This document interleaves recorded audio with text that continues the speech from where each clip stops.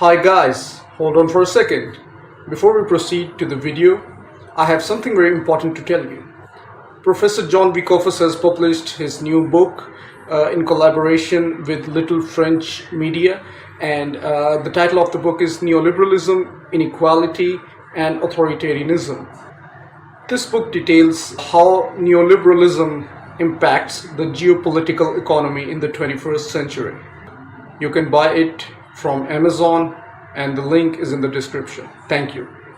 Now let's proceed to the video. Hello everyone, welcome. This is a brief overview on a session regarding institutional racism in liberal pluralistic societies in the 21st century, of course.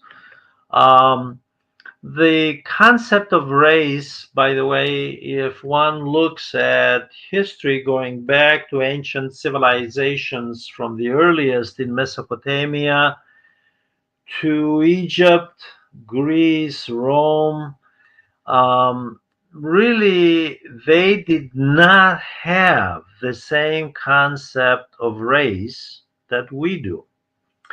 The concept of race that the Western world especially has is really rooted in the era of European colonization, and then of course that extends to the Western Hemisphere because the Europeans colonized the Western Hemisphere from Canada down all the way down to Latin America. So that's one issue that's important, that the race concept, race is a construct. There is no such thing as races. There's only one race, the human race. Scientifically speaking, that's it. When we look at the ancient world, they did discriminate. There's a difference between discrimination and just racial discrimination, by the way. They discriminated on the basis of social status. They discriminated on the basis of religion, discriminated on the basis of all sorts of things, not on the basis of race. We don't see that. They didn't even have the same concept of race that we do today. Now, the question of institutional racism is an interesting one because and very controversial, especially with the rise of right-wing populism in many countries in the Western world, by the way. You see this in Europe with migrants, but you see it especially in the United States with its long-standing history of slavery and then the post-slave era of Jim Crow laws, institutional racism there. We also see it very visibly, very clearly in South Africa, the apartheid regime, until Nelson Mandela, of course, was freed from prison, and there is a change in that regime. In the apartheid conditions in Palestine, where obviously in 2023, 2024, we have the ongoing, at this point as I speak, the ongoing war, which the ICC has declared a genocide, by the way, and it has just issued warrants for the arrest of two of the top government officials as war criminals. So the institutional racism issue is significant to the 21st century. Now, how did all this start? It starts with the colonial regimes, the European colonial regimes. They established colonialism in what we collectively call the global South, once called the Third World, the global South. So whether it was in India, in the Indian subcontinent, or in Africa or in Latin America, obviously racial discrimination in the United States with two different groups. One, the Native Americans, so-called Indians, of course, and the other group were the blacks that were transported from Africa to the American colonies after independence, known as the United States. So institutional racism was rooted in colonial conditions, and colonialism was, of course, um, policy by government to advance economic and geopolitical goals that governments in Northwest Europe, the United States, set out.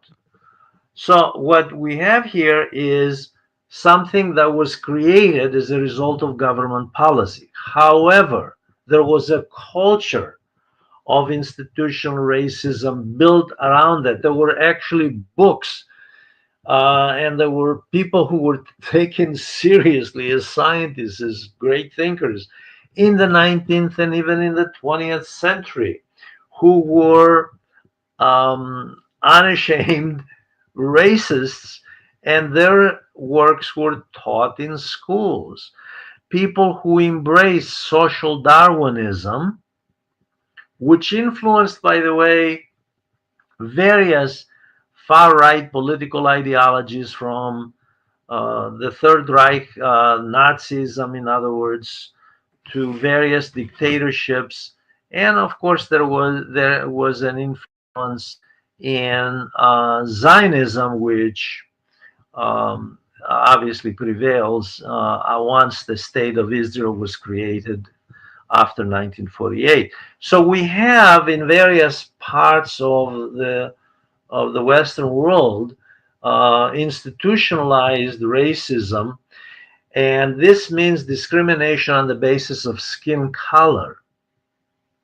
That's it. So now, the contradiction, and this is why the term pluralism is inserted in this video, which I invite all of you to watch, is how can this be squared off with the concept of democracy and pluralism? Isn't this a contradiction? Well, even the constitutions of Western societies call for equality. Man is equal. All men are equal. Man is the same under the eyes of God. All human beings are equal. Well, they're not in reality. They're discriminated. And one of the sources of discrimination was race.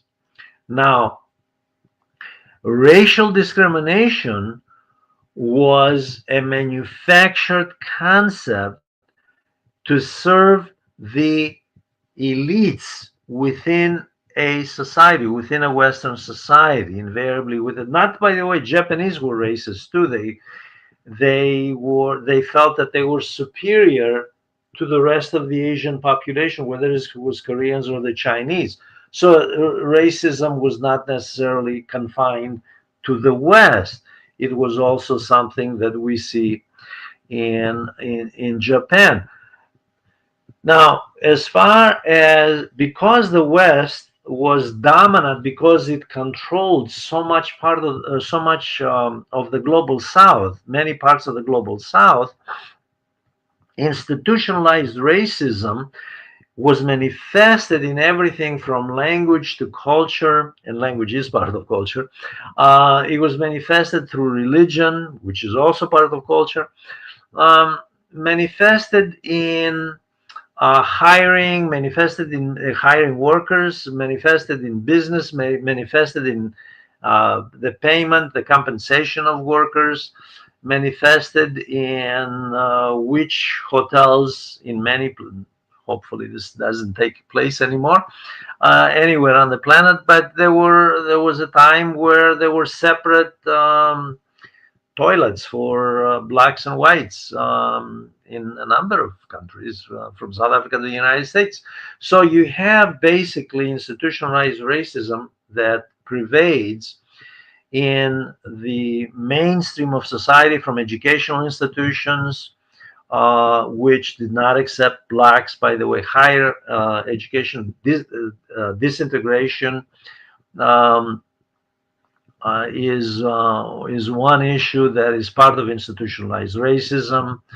The absence of providing the perspective of history and identity from the viewpoint of the minority population that's exploited. That's another form of institutionalized racism. So these are all part of it. Now, the capitalist system, of course, has in fact um, absorbed the elite within the minority. That is, there are capitalist minorities, whether in the United States or in Europe, that have transcended race through class. So class is above race. However, race has been used as a means of exploiting the labor of people owing to skin color, but also ethnicity, I should say, and religion, by the way.